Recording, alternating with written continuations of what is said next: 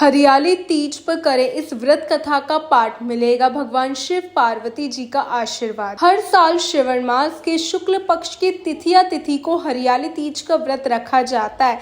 इस साल हरियाली तीज का व्रत 27 जुलाई यानी रविवार को रखा जा रहा है। अखंड सौभाग्य के लिए सुहागन महिलाएं इस दिन माता पार्वती और भगवान शिव जी की विधिवत पूजा करती है। श्रावण मास में पड़ने के कारण से श्रावणी तीज भी कहा जाता है। इसी सुहागन महिलाएं पति की लंबी आयु और अच्छे स्वास्थ्य के लिए पूजा करने के साथ व्रत रखती हैं। इसके साथ ही कुंवारी कन्याएं मनचाहे जीवन साथी पाने या फिर शादी में आ रही अड़चन से निजात पाने के लिए इस व्रत को रखती हैं।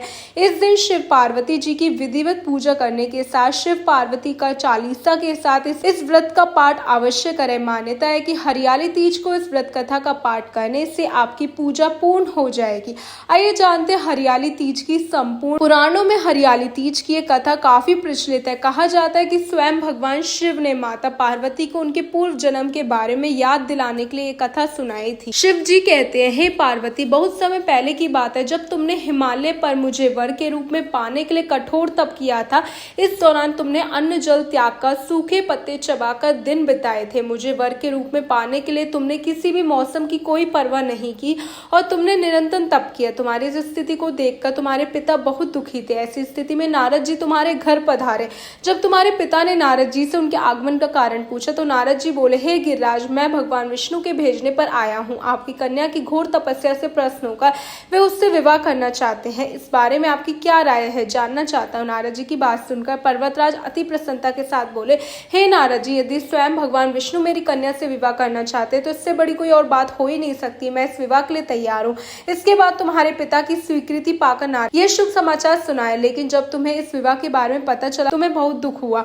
तुम मुझे मन से अपना पति मान चुकी थी। तुमने अपने व्याकुल मन की बात अपनी सहेली को बताई। तुम्हारी सहेली ने सुझाव दिया कि वह तुम्हें एक घनघोर वन में ले जाकर छुपा देगी और वहां रहकर तुम शिव जी को प्राप्त करने की साधना करना। इसके बाद तुम्हारे पिता तुम्हें घर में ना पाकर बड़े चिंतित और दुखी हुए। वह सोचने लगे बारात लेकर आ गए और तुम घर पर ना मिली तो क्या होगा। तो उन्होंने तुम्हारी खोज में धरती पाताल एक करवा दिया, लेकिन तुम ना मिली। तुम वन में गुफा के भीतर मेरी आराधना में लीन थी। भाद्रपद तिथि शुक्ल को तुमने रेत से एक शिवलिंग का निर्माण कर मेरी आराधना की, जिससे प्रसन्न होकर मैंने तुम्हारी मनोकामना पूर्ण की। इसके बाद तुमने अपने पिता से कहा कि पिताजी, मैंने अपने जीवन का लंबे समय भगवान शिव की तपस्या में बिताया और भगवान शिव ने मेरी तपस्या से प्रसन्न होकर मुझे स्वीकार भी कर लिया। अब मैं आपके साथ एक ही शर्त पर चलूंगी कि आप मेरा विवाह भगवान शिव के साथ ही करेंगे। पर्वतराज ने तुम्हारी इच्छा स्वीकार कर ली और तुम्हें घर वापस ले गए। कुछ समय बाद उन्होंने पूरे विधि विधान से हमारा विवाह कराया। भगवान शिव ने इसके बाद कहा कि हे पार्वती, तिथिया को तुमने मेरी आराधना करके जो व्रत किया था उसी के परिणाम स्वरूप हम दोनों का विवाह संभव हो सका। इस व्रत का महत्व यह है कि मैं इस व्रत को पूर्ण निष्ठा से करने वाली प्रत्येक स्त्री को मनोवांछित फल देता हूँ। भगवान शिव ने पार्वती जी से कहा, इस व्रत को जो भी स्त्री पूर्ण श्रद्धा से करेगी उसे तुम्हारी तरह अचल सुहाग प्राप्त होगा। बोलो भगवान शिव पार्वती जी की जय, माता पार्वती की जय, भगवान शिव शंभू महादेव की जय।